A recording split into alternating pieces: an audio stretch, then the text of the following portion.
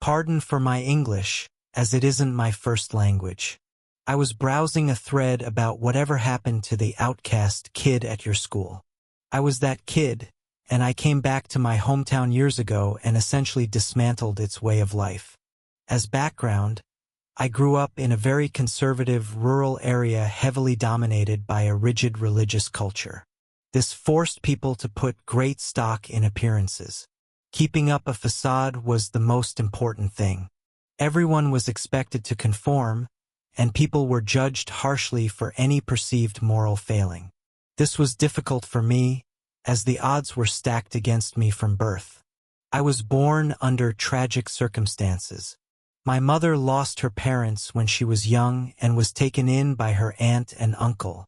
Her uncle held a position of authority in the local community. When my mother was mistreated by him and others, it was ignored by everyone.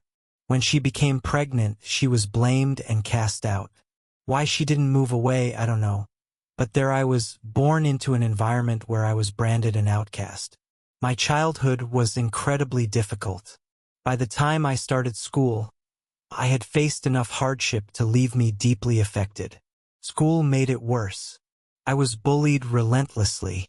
Teachers were part of it, as they were all members of the same community that saw me as stained. In school, I became the weird kid. I acted hostile on purpose to keep people away. They had already labeled me, so I adopted that persona as a way to protect myself. Despite all this, I managed to graduate with decent grades. A distant aunt, my only supportive relative, helped me get into college in a major city. She was the black sheep of the family and likely saw herself in me. Around this time, my mother passed away. She had a life insurance policy that helped me study. City life liberated me. I went to therapy and managed to heal from the wounds that town had inflicted on me. I left that place behind, but a part of me never truly moved on. Years went by. I became an analytical consultant. I work for an international company that provides high-level analysis for other firms. I won't go into details to protect my identity, but we are often called in to help with major structural changes, including downsizing operations. This is difficult work.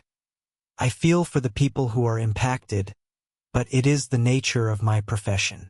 A couple of years ago, I got an assignment to assess 3 different factories and provide a recommendation on which one to move abroad. My hometown factory was one of those 3.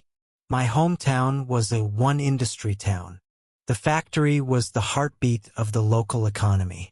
The same leadership group that ran the religious community also held the top positions at the factory.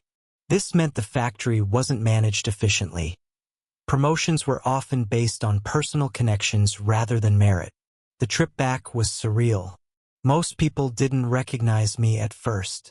I inspected the paperwork, listened to their presentations, and audited the processes. Eventually, they realized who I was. The staff threw a dinner for me, ostensibly for old times' sake.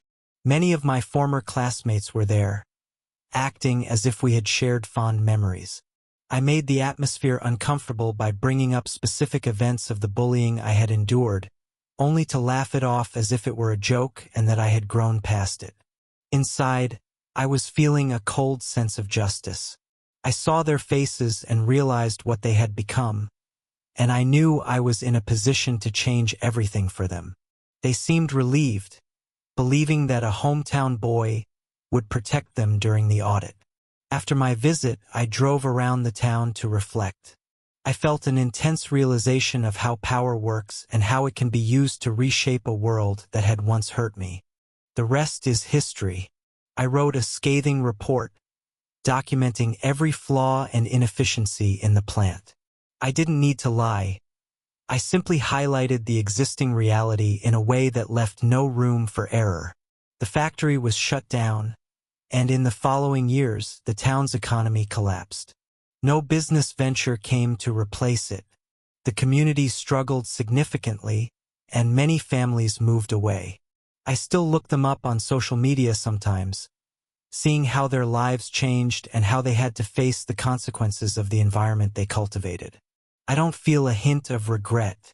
If I could do it all again, I would. In my most vivid memories of the event, I imagine being there to watch when they received the news that the factory was closing. In reality, I will only go back once.